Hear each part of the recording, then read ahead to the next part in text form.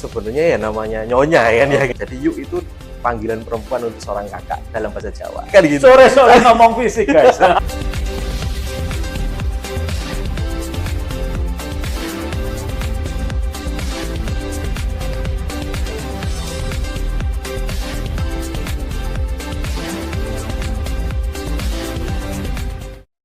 Selamat sore semua pemirsa, kembali lagi ke Tresnanku Padamu. Hari ini kebetulan lagi nih ya. Hari ini kita kedatangan salah satu UMKM andalan dari Kota Blitar ya. Dan hari ini, ini kalau saya ngomongin satu menu ini saya jadi nggak berhenti untuk mikir makan gitu, ya. Karena enak banget. Dan ini adalah salah satu unggulan perdananya Tresnan nanti yang kita akan go internasional dan akan go public ya. Luar biasa. Kita langsung kenalan aja ya, orangnya udah ada di sini. Oke, selamat sore Mas Wijaya. Selamat sore Mas Adi. Ini kalau saya ngobrol-ngobrol sama Mas Wijaya nih, kita seumuran. Iya. Santai ya. Tapi beda generasi. Oke, Mas Wijaya ini kalau orang nggak kenal pasti dipikir pemain band ya. Nanti saya sudah ngobrol sama ibu ada di sini loh. Ngomong-ngomong ibu ada di sini, tapi saya nggak. Orangnya udah lari nih. Ya, katanya ibu, wah ini kalau sudah di bandara ketemu sama UMKM yang lain, ini langsung sudah ketahuan. Iya, ketahuan. Wah, ini dari kuncirnya ada. Sakti nih.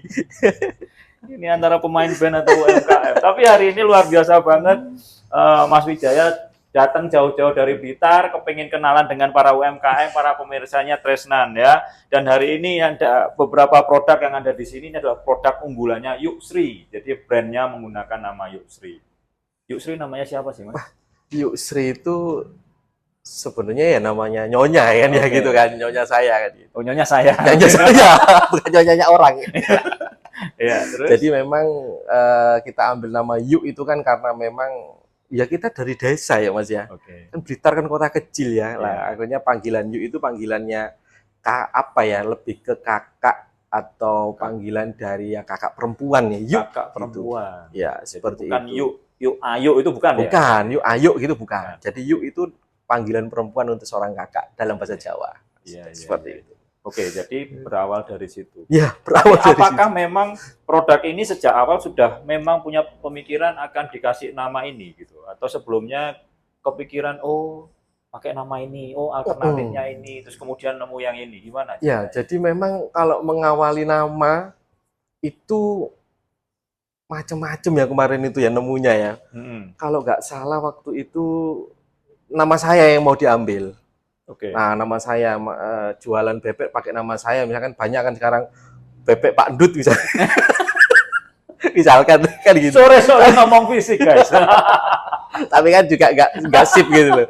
Artinya kok kurang menjual banget Oke, gitu. Nah, terus? pada akhirnya ya kita ngobrol, Sri itu kan lebih banyak dipakai sama orang-orang desa kan gitu. Setelah itu Yuknya juga oh bagus ini.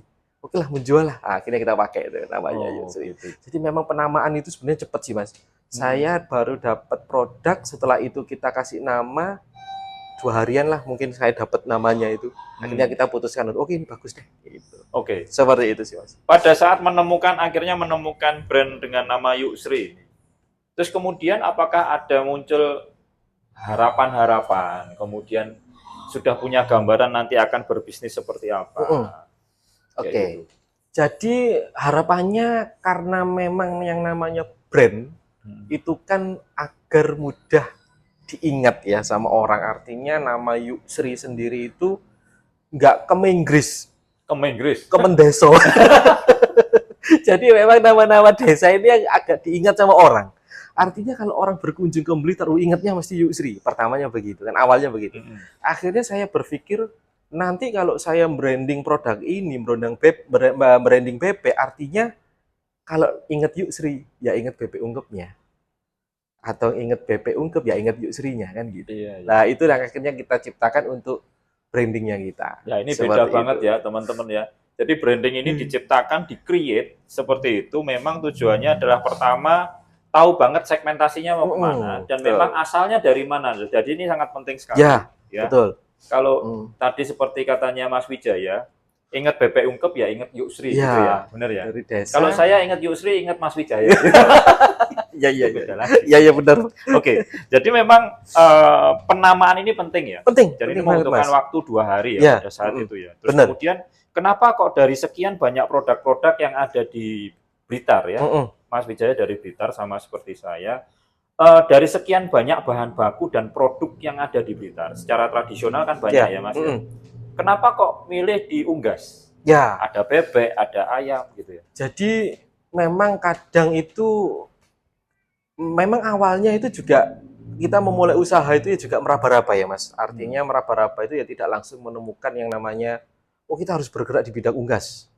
Tapi kita kan by data. Artinya by data itu, lah ini penting juga sih Mas Adi karena kadang orang itu mendirikan satu usaha itu asal pokoknya jual. Artinya tidak memikirkan masalah sustainability atau sustainability itu ada terus-menerus. Apa ini yang bisa kita jual, yang keadaannya bisa terus-menerus dibutuhkan oleh masyarakat. Akhirnya aku kepikiran pada saat itu memang antara saya jual produk pertanian sama jual produk peternakan. Karena kita sama-sama tahu di Indonesia pun mungkin tahu kalau Blitar itu sentra peternakan terbesar di Indonesia. Benar. Jadi memang Blitar itu secara data statistika lebih dari 10.000 peternak, Mas. Benar. Dengan bebek saja itu di 22 juta ternak setiap tahun. Wow. Jadi memang sangat berlimpah. 22 sangat banyak, juta, 22 juta ternak. Wow. Setiap tahun, tinggal kita gimana cara ngabisinnya kan gitu, Mas. Artinya dari situ kita berpikir, wah, saya tahun 2016 akhirnya saya mencoba untuk mendirikan yang namanya peternakan. Pengen tahu rasanya beternak seperti apa. Karena saya mikir namanya orang butuh bebek itu setiap hari. Ya. Mau dimasak apapun, mau dibikin apapun, yang jelas jual bahan baku itu lebih diuntungkan. Artinya lebih diuntungkan, orang pasti akan cari bahan baku gitu. Betul. Akhirnya pada saat itu tahun 2016 kita coba bangun peternakan dan memang benar pada saat kita ini 2012 ya? 2016 ya. Itu sudah ada Yuksri belum? Belum. Oke. Kita masih di peternakan pada saat itu. Ya. Jadi peternakan ini pada akhirnya menciptakan satu ekosistem yang memang aku juga bisa menjual produk mentah ini atau produk hidup ini ke masyarakat. Ternyata benar, Mas. Mereka butuh, mereka cari. Ya. Dan apalagi dari kota-kota besar ya. Nah itu mereka carinya di Blitar. Karena memang kenapa di Blitar? Karena tahu bahwa di Blitar ini banyak telur. Otomatis kalau telur itu kan dari bebek atau dari ayam kan gitu ya. Ya. Carinya mereka di situ, di Blitar. Akhirnya ketemu. Kita banyak ketemu sama supplier, banyak ketemu sama tengkulak, ya kan? Akhirnya kita suplai untuk bahan baku itu lah. Terus kita juga berpikiran saat itu memang ini langsung cerita ini ya, awal mulanya begitu ya. Harus. Jadi memang tahun 2020 itu Mas Adi ya, ini juga namanya rezeki pandemik juga ya. Artinya pandemik membawa rezeki buat saya, buat keluarga. Itu karena di tahun 2020 itu kan ada pandemik menyerang kita. Ya. Artinya dengan menyerang itu tengkulak-tengkulak yang sudah langganan ke kita itu tidak bisa ambil Mas Adi. Karena kebetulan kan tengkulak dari luar kota.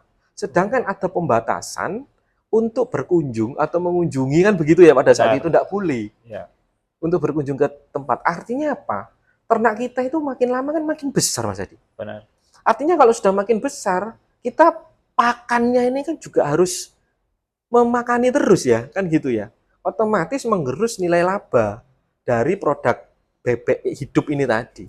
Mau tidak mau, secara singkat kita potong Mas Adi. Kita potong, kita jadikan karkas, kita simpan di freezer. Simpan di freezer itu kurang lebih sekitar 3 bulan, itu belum jadi apa-apa. Karena memang apa? Kita tidak bisa masak Mas. Oke. Nggak bisa masak. Karena banyaknya bahan baku yang ada di freezer itu tadi, akhirnya saya berpikir ini mau diapakan? Kita mau jual karkas juga banyak orang itu yang nggak bisa masak bebek Mas. Mau rumah tangga biasa kita lempar ke rumah tangga, orang rumah tangga mau ngapain? Nggak bisa masak bebek, mau beli daging bebek kan nggak mungkin.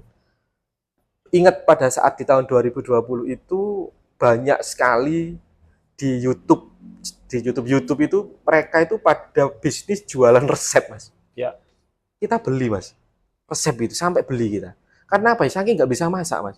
Kita beli resep pada saat itu resep sekitar harga 1,5 juta. Resep. Iya, resep saya beli, nganggur toh. Nganggur saya beli resep 1,5 juta hanya untuk niatnya membuang produk ini. Bagaimana caranya biar yang ada di freezer ini benar-benar bisa laku di pasar. Setelah saya beli resep, kita coba resep, kita trial error ke saudara-saudara, tetangga-tetangga, dan alhamdulillah, Mas, nggak enak. Padahal sudah beli, Mas. Saya sudah mikir enak. Bener. Nggak enak, Mas. Tetap alot. Ya. Tetap alot. Karena memang ya mereka memanfaatkan momentum di YouTube itu untuk berbisnis jualan resep. Oke. Tapi memang uniknya ya, akhirnya kita ngerasa ini resep yang dijual ini nggak ikhlas ini gitu. Nggak semuanya dikeluarin rahasianya gitu. Ada yang disembunyikan. Ada yang disembunyikan. Jadi Pokoknya, Anda yang jual resep ya. Hati-hati harus ikhlas. ya kan gitu. Artinya kan nggak semua gitu. Iya, iya. Pokoknya dapat uang dulu mereka kan gitu pikirannya. Namanya orang pandemi kan butuh pemasukan kan. Iya. Namanya kerja juga nggak bisa kan gitu di pandemi. Terus setelah itu kita beriset sendiri. Dari resep yang oke lah itu bisa jadi bahan dasar lah. Kita cari apa sih sebenarnya yang disembunyikan oleh penjual resep ini. Saya pernah juga mempraktekkan masak ya dengan resep itu tadi. Yang pertama memang masih alot, yang kedua amisnya luar biasa, Mas. Apek ya, bukan amis. Kalau amis ikan, apek ya. Ya, jadi memang pengolahan dari bebek ini memang berbeda dengan ayam. Ya, karena betul. memang bebek ini perlu treatment khusus, nggak seperti bener kita banget. mengolah dari bahan baku yang ayam. Betul itu banget. Sangat berbeda. Yes. Jadi memang apa ya? Apeknya ini nggak bisa, Mas. Kalau orang bilang kita nggak bener-bener tahu, bener-bener ngilmu gitu ya, ilmu, kita cari tahu, itu nggak bisa. Jadi memang nggak heran pada saat orang akhirnya pada saat ini membeli produk kita, selalu pertanyaannya dua, empuk nggak? Nggak, apek toh? Lah, selalu bicara seperti itu. Jadi mindset orang jual bebek itu, makan bebek itu ya takutnya di situ, Mas. Ini bener nggak sih bebekmu itu enak? Ini bener nggak sih bebeknya ini empuk? Apa nggak sih gitu? Oh, ternyata bener. Berarti memang kita itu dengan menciptakan produk ini ya, kan karena memang orang itu nggak semua orang bisa masak bebek, Mas. Benar. Seperti itulah akhirnya produk ini alhamdulillah ya tercipta, bisa jadi solusi. Seperti itu, Mas Adi. Oke. Ceritanya. Berarti nggak bayar beli resep lagi. Nggak bayar beli resep lagi. Gitu Nggak ya. bayar. Sekolahnya beli resep. Sekolahnya beli resep. Ya karena memang niatnya bukan untuk masak ya, bukan untuk jual sebenarnya pada saat itu, Mas Adi. Oke. Karena ya saya berpikiran pandemik selesai, tapi kan kita juga nggak ngerti ya pandemik itu selesainya kapan kan gitu ya. Artinya begitu kita jual ya, untuk biar freezer ini kan penuh ya, Mas. Ya. Otomatis kalau penuh itu kan kita mau memasukkan sesuatu kan juga tidak bisa, kita harus menjual, membuang. Lah membuang itu ya itu tadi masalahnya. Nggak ada yang bisa. Mau saya bagi-bagi dong nggak bisa masak. Ya. Lah gimana meskipun dibagikan gratis juga percuma, membuang kan gitu. Yang kedua, saya harus punya pikiran, ayo pandemik ini segera balik lah. Nanti kalau segera berakhir lah ya, segera berakhir. Jangan balik, Mas. Jangan balik, nggak boleh. Pandeminya balik gimana ini? Jadi segera berakhir, artinya segera berakhir itu saya nggak ngopeni lagi gitu loh, ngopeni bebek lagi. Karena memang hakikatnya itu saya itu apa ya, Mas Adi ya? Ya wis memang jalannya di peternakan kan gitu ya. Itu di peternakan.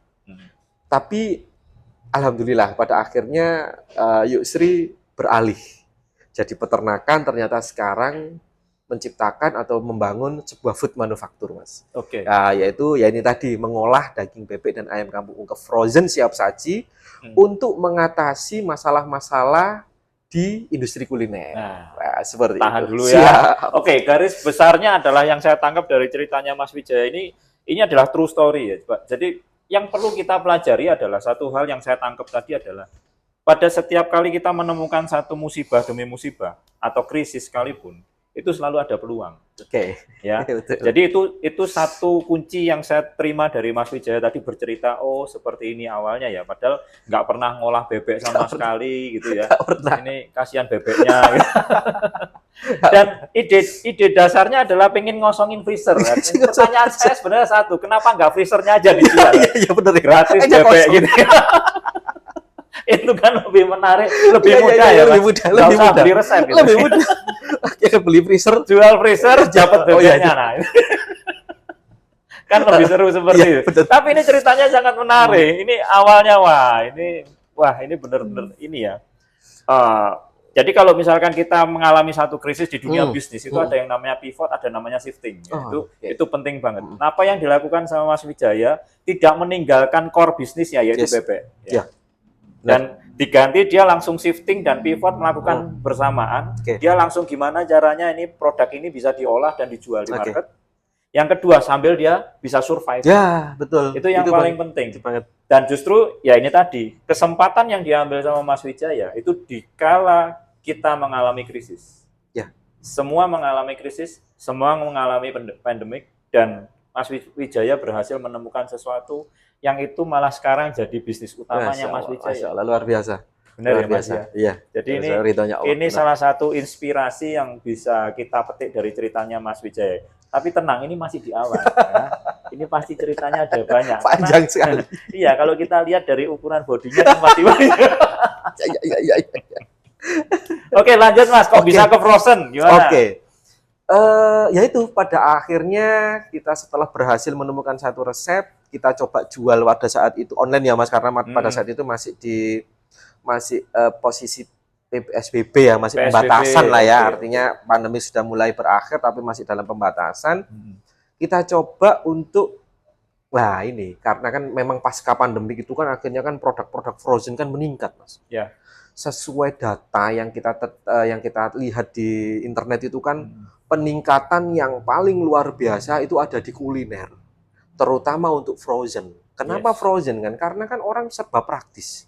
Serba semuanya dulu ngantor, belinya di kantin, sekarang di rumah. Kan begitu ya pada saat itu.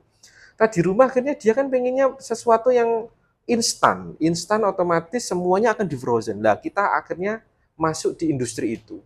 Ternyata memang diterima luar biasa Mas Adi. Diterima luar biasa dan kita pengembangan. Artinya dari pengembangan ini kita pada saat itu packingan masih plastik biasa ya kan, karena kita juga nggak ada background di situ.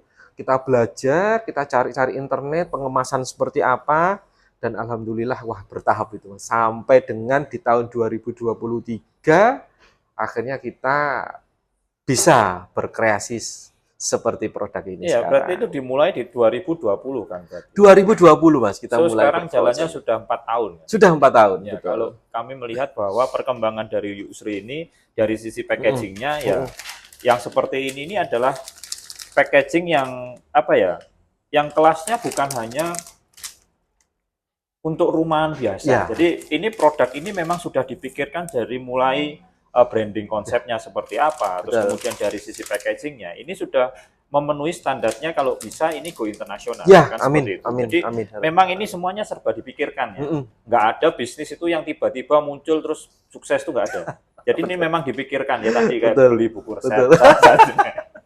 Terus berasal dari freezernya penuh, terus kemudian muncul ide seperti ini ya. Tinggal kita nangkapnya seperti apa, dan saya melihat bahwa perjalanan 4 tahun ini dari Yusri ini, dari yang diceritakan sama Mas Wijaya, yang saya belajar banyak adalah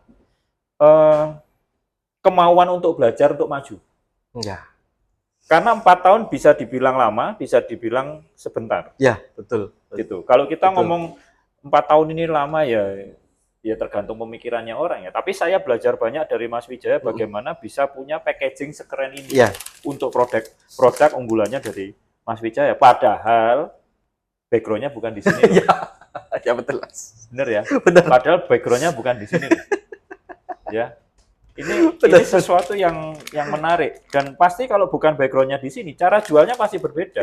Mas Wijaya pada saat berjualan ternak-ternaknya dan berbeda ketika menjual produk yang sudah jadi seperti ini. Betul banget Mas. Itu pasti struggle-nya saya. Iya, itu luar biasa.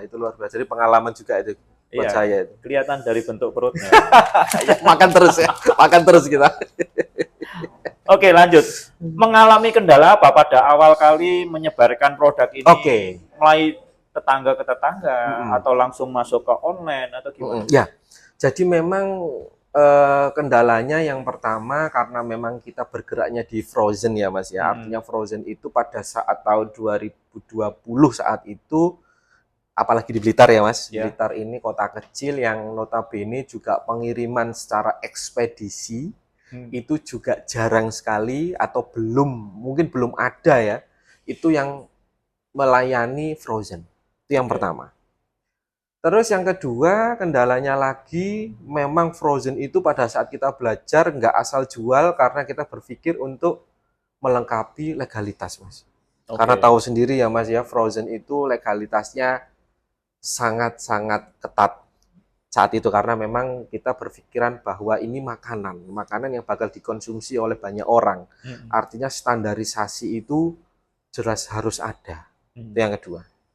Yang ketiga, kendalanya apa ya, memang karena saya ini mengawalinya biasanya ini berurusan dengan bakul ya, tengkulak kan begitu ya. Artinya kita menjual secara online pada saat itu karena memang pandemik. Saya masih belajar ini arahnya di mana, pasarnya di mana. Nah, seperti itu. Ternyata saat kita mau mencoba, ternyata kok gampang. Gitu. Menjualnya kok gampang. Pada saat kita mencoba lagi, pengiriman ternyata bisa didukung nih. Ya. Nah, uniknya nih Mas Hadi, saat kita mau berusaha, ternyata kita nggak tahu tuh dari pihak ekspedisi, entah itu ekspedisi yang biasanya dipakai ya, entah itu JNT, entah JNE, entah ID Express, dia itu pada saat pandemi itu menciptakan satu pasar pengiriman yang juga melayani frozen. Ya. Itu loh yang ajaib ya. Akhirnya kita mencoba menjual itu secara online dan diminati Mas saat itu. Amin. Nah, terus lucunya lagi ya, namanya kita baru juga. Pada saat proses pengemasan ya Mas, pengemasan itu kan membutuhkan apa ya, vakum ya. Ya. Nah ini yang saya cerita ini Pak. jadi saya mengingat-ingat ini. Otomatis kan namanya baru belajar, baru usaha itu kan dana ya Mas ya. Pendanaan ini pasti. Yang pertama saya belinya vakum itu yang harga 250.000 Mas. 250.000 saya beli. Pengen produksi pakai di vakum gitu. Setelah vakum, oke lah 250.000, ternyata ya juga hasilnya bagus. Cuman satu hari pada saat itu ada pesanan sekitar 20 pack. Setelah vakum 20 rusak Mas. 250 rusak, vakumnya tidak mempan. Setelah itu saya beli yang agak mahalan sedikit lah, 1,5 juta Mas pada saat itu. Alhamdulillah terbantu Mas. Tapi ya memang industrinya cuma industri rumahan ya, rumah tangga. Tak pikir ya wes lah ini aja dulu. Saya beli 1,5 juta. Itu unik mesin itu. Jadi saya nggak bicara mereknya ya Mas ya. Jadi begitu saya itu sudah 20 pack gitu ya, saya sedot. Panas Mas. Kalau panas nggak mau vakum dia. Jadi nungguin dingin dulu. Setelah itu 20 yang berikutnya panas lagi. Nungguin dingin. Tak kasih kipas angin Mas, biar nggak panas. Tak kasih kipas angin mesinnya. Ternyata nggak mampu Mas. Nggak mampu, kita beli lagi satu. Jadi Kang ini panas, ini vakum. Ya kan yang terus saya beli lagi yang 1,5 juta itu tadi, ada 2 berarti. Yang ini panas saya vakum buat gantian. Buat gantian. Jadi biar produksinya terus gitu ya. Ternyata memang mau nggak mau ya Mas, kita semakin besar, alhamdulillah semakin besar ya kita harus investasi. Investasi itu ya kita beli memang yang untuk vakum khusus industri yang bisa ratusan bahkan ribuan lah, ya sudah akhirnya ya sudah lah, berarti ya memang usaha itu kalau kita udah benar-benar bertumbuh ya mau nggak mau legalitas harus kita lengkapi Mas Hadi. Kita harus bikin satu tempat yang memang layak ya, untuk karena kita jual makanan itu nggak hanya halal Mas ya. Satu halal, yang kedua ya toyib. Artinya toyib secara Islam itu baik.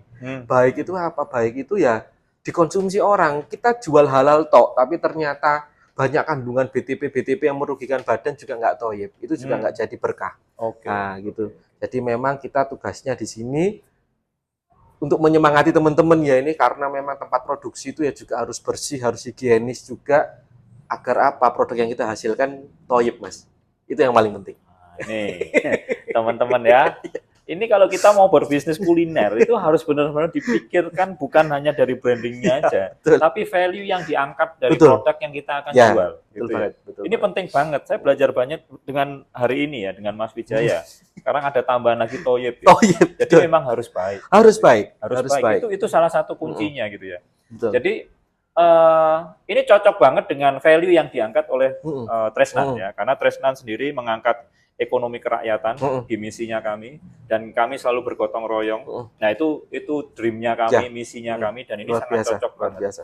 Dan sebentar lagi juga di Tresnan juga ada akan permodalan pendanaan, itu juga akan semakin lancar ya. Mantap. Ini saya langsung spill aja di YouTube, mumpung ada Mas Wijaya. Siap. Karena Mas Wijaya ini dengan produknya yang luar biasa ini, dengan value yang dia punya, visi misinya sangat jelas banget. Itu sama dengan kami ya, sama banget dengan Tresnan. Mas Wijaya ini produknya akan digadang-gadang menjadi nomor satunya Tresnan yang nanti ujung tombaknya kita dimakan. Seperti itu. Jadi ya ini bukan satu kebetulan ya Mas. Ya. Kita ketemu di sini. Saya masih ingat dulu kita pertama ketemu di Bali 2023. Betul. Tapi tetap badannya tetap begini. Nggak kurus, nggak kurus. Malah gendut. Wah, saya belajar banyak banget. Oke Mas, dari warna-warna ini memang ada artinya atau seperti apa Mas? Ya. Kenapa kok merah, kok ungu, kok hijau? Oke. Karena kita juga menyadari bahwa branding itu nggak asal mewarna ya Mas, ya kan gitu ya. Artinya eye catching itu kan dibutuhkan ya. Eye catching itu menarik perhatian. Jadi memang mau nggak mau pada saat kita melihat produk, cantiknya produk, kerennya produk, artinya orang itu pokok lihat dulu. Kalau sudah actionnya melihat, artinya konsumen itu pasti akan penasaran nih, kan gitu. Lah, kenapa kok artinya ada 3? Sebenarnya kalau dibilang merah, ungu, hijau itu juga menggambarkan dari color paletnya kita ya Mas ya. Jadi memang Yusri sendiri itu punya satu apa ya, lebih ke visi yang berani begitu ya, merah ya. Nah, itu yang berani, dan ungu itu lebih cenderung untuk kalem. Seperti itulah. Hijau ini ayo maju terus yuk. Seperti itu. Jadi kan kayak lampu merah. Ini. Ya jadi memang baru tahu toh. Ya, jadi memang kita wah ini kayaknya cocok ini karena memang orang melihat merah yang merah-merahnya nggak terlalu jreng gitu ya, terus habis gitu lebih ke kalem, ungu kalem, kayak akhirnya nyaman ya, lavender banget, kayak nyaman di otak itu kan kayak gitu. Terus hijaunya juga hijau-hijau yang nggak terlalu vulgar hijau kayak gitu. Jadi memang itu sih kita eye catching yang kita cari sih. Wah, ini pembelajaran yang sangat bagus karena dari ilmu brandingnya ternyata sudah nge-match ya dengan kita ya. Ya memang harus dipikirkan seperti itu ya. Kalau ibaratnya mobil tadi, kalau saya terjemahkan bahasanya Mas Wijaya dalam ilmu permobilan, karena Mas Wijaya juga suka vintage mobil ya. Iya, benar. Jadi saya mengibaratkan bahwa ya mobil itu kalau mau bergerak pasti ada waktu sendiri untuk dia ngerem, ada untuk berbelok, dan ada untuk ngegas. Betul. Gitu ya. Betul. Berarti hijaunya ngegas gitu ya. Kita ya lebih ke produk diferensiasi lah ibaratnya. Nah ini penting ya. Teman-teman kalau mau berbisnis walaupun skalanya UMKM jangan pernah meremehkan sekalipun bisnis UMKM. Betul itu. Karena kalau kita kerjakan secara benar-benar itu akan merubah teori ekonomi yang kita pelajari loh. Teori ekonomi yang kita pelajari kan dengan modal sekecil-kecilnya mendapatkan hasil sebesar-besarnya ya. Setuju. Ya itu sebenarnya sama dengan apa yang kalian lakukan, apa yang dilakukan sama Mas Wijaya. Awalnya ya vakum yang 250 ribuan itu tadi, ya toh. Naik 1,5 juta. Panas berhenti ganti. Ya karena itu tadi, pingin keuntungan yang sebesar-besarnya kan ternyata. Kalau nggak di Tresnan, kalian nggak akan tahu cerita ini, benar ya? Betul ya, nggak pernah ini nggak pernah dibuka dimanapun. Belum. Wah, ini pasti seru ini, komen-komennya pasti seru. Pengen Mas Wijaya datang lagi. Oke Mas Wijaya, pertama berarti bebek dulu. Lalu ke ayam. Ke ayam kampung, betul. Oh gitu ya. Ya. Omset terbesar pasti ada di bebek. Pasti Mas, karena memang hakikatnya Yusri itu sebenarnya bebek Mas. Nah ini penting juga untuk teman-teman.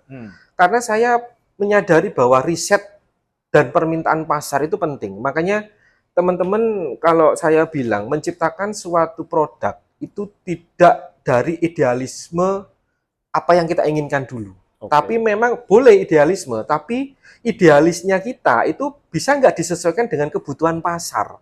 Artinya pada saat kita mau bikin produk sebagus-bagusnya, tapi kalau produk ini memang tidak dibutuhkan pasar, buat apa? Kan gitu. Jadi memang ceritanya, kita itu menciptakan satu produk bebek dulu, Mas. Dari bebek ini ternyata ada permintaan. Yuk Sri ini nggak ada produk lain selain bebek. Loh kenapa? Loh karena ada juga orang tua saya yang nggak bisa makan bebek. Maunya apa? Ayam kampung ada. Oke. Ide bisnis. Kita cari ayam kampung. Dikasih Kita ide sama Iya, customer ya. kasih ide sama customer. Ayam kampung oke, kita coba. Kita olah. Ternyata alhamdulillah kita berhasil. Kita pilih jenis-jenisnya ayam kampung yang cocok di pasaran seperti apa, yang memang diminati. Ayam kampung pada saat riset juga nggak asal ayam kampung, Mas. Gitu ya. Karena apa? Pada saat orang bilang, ayam ini ayam kampung, bener, asli. Loh, kok ditanya asli? Berarti kan ayam kampung ada yang palsu. Kan gitu. Ya, siapa tahu ayam kampung ada Iya, yang KW. makanya itu. Nah itu ayam kampung asli. Loh, ketahuinya dari asli dari mana? Lah itu, Mas. Akhirnya ternyata memang di pasar-pasar gede, di daerah-daerah besar sana, ayam kampung itu sudah diputarbalikkan fakta. Oh, Artinya begitu. memang mereka itu memakai, ya itu tadi, karena hakikatnya orang berbisnis itu pengennya meraih keuntungan sebesar-besarnya dengan modal sekecil-kecilnya. Nah, Ayam kampung kan mahal, Mas. Ya kan? mahal. Biar murah, bahan bakunya dipakai yang nggak asli. Misalkan pakai pejantan lah, pakai yang chopper lah, persilangan lah, kan begitu. Nah, itu yang sampai begitu ya. sampai begitu, Mas. Akhirnya ya kita menciptakan satu produk yang kita memang tahu kalau ini ayam kampungnya asli. Loh, dari mana? Ayam kampung yang saya potong, itu saya tidak hilangkan khasnya ayam kampung, yaitu kakinya hitam yang di bawahnya, Mas. Oke. Itu yang nggak saya hilangkan. Jadi memang itu nanti, oh ini asli ayam kampungnya Yuk Sri ya ini. Meskipun nanti ada, oke lah, nanti anggaplah ada produk ayam kampung seperti Yuk Sri yang mengaku ini ayam kampung, itu fine, itu tidak ada masalah, monggo, itu pengakuan mereka. Tapi kalau dari Yuk Sri, ayam kampungnya Yuk Sri selalu ada hitamnya di bagian pahanya. Seperti itu. Selalu ada, itu tidak kita hilangkan, itu menjadi ciri khas. Setelah dari ayam, pada akhirnya, Mas, anak saya, Mas, pengen makan ayam yang praktis. Gitu. Oh, bikin ayam biasa, ayam negeri. Orang kan praktis tuh. Isinya lebih banyak, lebih berat juga. Ya kita ciptakan segmen itu. Dan laku, gitu loh, Mas. Ya, Nah, itu dia. Wah, ini keren ini ya. Itu Jadi dia. permintaan customer bukan ini aja ya, bukan cuma diabaikan, Iya. tapi memang benar-benar diperhatikan. Betul. Tapi yang menarik tadi adalah Mas Wijaya menyampaikan ini ada datanya. Ada datanya. Ada surveinya. Ada surveinya. Dilakukan gitu, Yes, sebelum pasti. meng-create produk-produk ini. Jadi nggak asal-asalan membuat produk gitu ya. Karena saya lihat begini. Era digitalisasi ini kan membuat orang itu semakin gampang untuk melihat sesuatu melalui sosmed, Betul. melalui YouTube. Benar, ya. setuju. Dan saya ngelihatnya adalah Mas Wijaya aja pernah beli resep loh dari YouTube gitu ya. Ya artinya orang-orang ini juga akan scrolling apa yang bagus di market sekarang. Nah kebanyakan orang ikut-ikutan sesuatu yang viral. Kalau hari ini misalkan viralnya yang tentang keripik pisang, ya mungkin orang buat keripik pisang semua. Atau misalkan nggak punya visi misi yang jelas tentang bisnisnya atau usaha yang dilakukan, produk yang diciptakan, ya mereka akan sangat gampang sekali berubah arah. Menurut saya menyikapi hal itu nggak ada masalah juga sebenarnya, Mas. Nggak ada masalah menurut saya ya. Karena apa? Kamu misalkan nih lagi musim keripik pisang. Kita mau bikin keripik pisang, nggak ada masalah. Tapi kan kalau memang tidak ada value, Mas, yang membedakan, itu kan yang jadi penting kan. Value yang membedakan antara keripik pisang kita dengan yang lain, itu akhirnya kamu akan sia-sia. Capek mikir, sama-sama mikir, terus habis itu nggak punya konsep, habis itu nggak punya arah, ya kan? Artinya ya itu tadi, Mas. Terbuang percuma waktunya gitu loh. Biaya, waktu, dan akhirnya yang terjadi ya banyak sekali yang pindah haluan. Artinya wah ini nggak laku nih. Pindah ke sini lagi ya, seperti itu. Oke, artinya keberadaan Tresnan akan membantu mereka banget dong. Pasti Mas. Gini, kenapa pada akhirnya Yuk Sri ini bergabung di Tresnan ya Mas. Artinya satu, Tresnan punya visi, jelas. Ya. Tresnan punya misi. Artinya kita sebagai UMKM butuh itu Mas. Oke. Butuh satu connectivity, butuh satu circle, butuh satu tujuan yang memang kita UMKM itu punya tujuan yang kita menyadari UMKM sendiri itu termasuk saya itu tidak bisa mewujudkan satu visi itu dewean Mas, sendirian. Itu enggak bakal bisa karena berat. Kolaborasi kita butuh, ya kan? Kerjasama kita butuh. Nah, itulah artinya kita ini benar-benar yakin bahwa yuk aku bisa gede dengan cara kolaborasi. Oke. Seperti itu Mas. Ya, berarti keberadaan Tresnan sangat dibutuhkan UMKM Iya, di era iya, sekarang. wajib Mas. Ya, oke. Harus itu. Apalagi di Tresnan kan sebentar lagi di bulan September ini kan kita mulai merancang satu pembelajaran luar biasa. buat para UMKM dan kita sudah berniat sebagai berkah bagi banyak orang. Amin. Makanya kita akan sediakan kelas-kelas online, kelas-kelas offline menarik. yang itu nanti juga arahnya adalah UMKM secara umum. Oke. Ya. Jadi bukan hanya terkait Ya, dengan Tresnan penting aja. Mas, penting Mas. Karena saya cerita sedikit juga, Yusri juga berkembang itu juga bukan karena saya pribadi yang belajar otodidak Mas, tapi karena memang Yusri itu dulu itu juga bergabung di inkubator bisnis ya Mas. Artinya inkubator bisnis itu mereka juga punya satu kurikulum untuk menaikkan dari kapasitas si ownernya sendiri terutama. Nah mungkin insya Allah nanti ke depan Tresnan juga bisa menyiapkan beberapa kurikulum juga untuk penaikan kelasnya dari produk-produk UMKM-nya. Jadi memang bisa jadi luar biasa Mas. Seperti itu. Berarti siap ya jadi ujung tombaknya. Amin. Tresnan, ya. Amin. Pembelajaran hari ini cukup banyak banget yang kita bisa dapetin dan ini menginspirasi banget Mas Wijaya. Termasuk saya juga hari ini yang paling banyak belajar di sini. Jangan pernah sepelekan bisnis Anda, ya. Dan apapun peluang di depan Anda segera olah itu bagaimana caranya bisa jadiin bisnis yang oke buat Anda, ya. Tetap ikutin Tresnanku Padamu karena kita akan ada banyak sekali nanti konten-konten yang akan kita buat. Tapi sebelum kita akhiri, kita kepengen tahu dulu closing statementnya dari Mas Wijaya seperti apa nih? Ya. Harapannya buat para teman-teman UMKM yang nonton ataupun para penggemarnya pemain band ya. Pemain band. Bisa disampaikan ini. Ya. Silakan. Untuk teman-teman semuanya, yang jelas jangan mudah menyerah, jangan patah semangat, selalu mencoba, selalu berjuang. Jadi memang kalau menurut saya secara Islam, nanti baca teman-teman di surat Al-Insyirah, itu Allah memerintahkan kita jangan pernah berhenti pada saat kamu sudah mencapai keberhasilan. Artinya Allah tidak mau kita puas di satu titik. Kalau itu sudah tercapai, berusahalah untuk berusahalah untuk di bidang yang lainnya. Seperti itu. Seperti itu, Mas. Oke, terima kasih sudah hadir di Tresnan. Ya, amin. Berikutnya, wah ini kayaknya komennya banyak nih. Pengen Mas Wijaya datang ke sini atau ke rumahmu?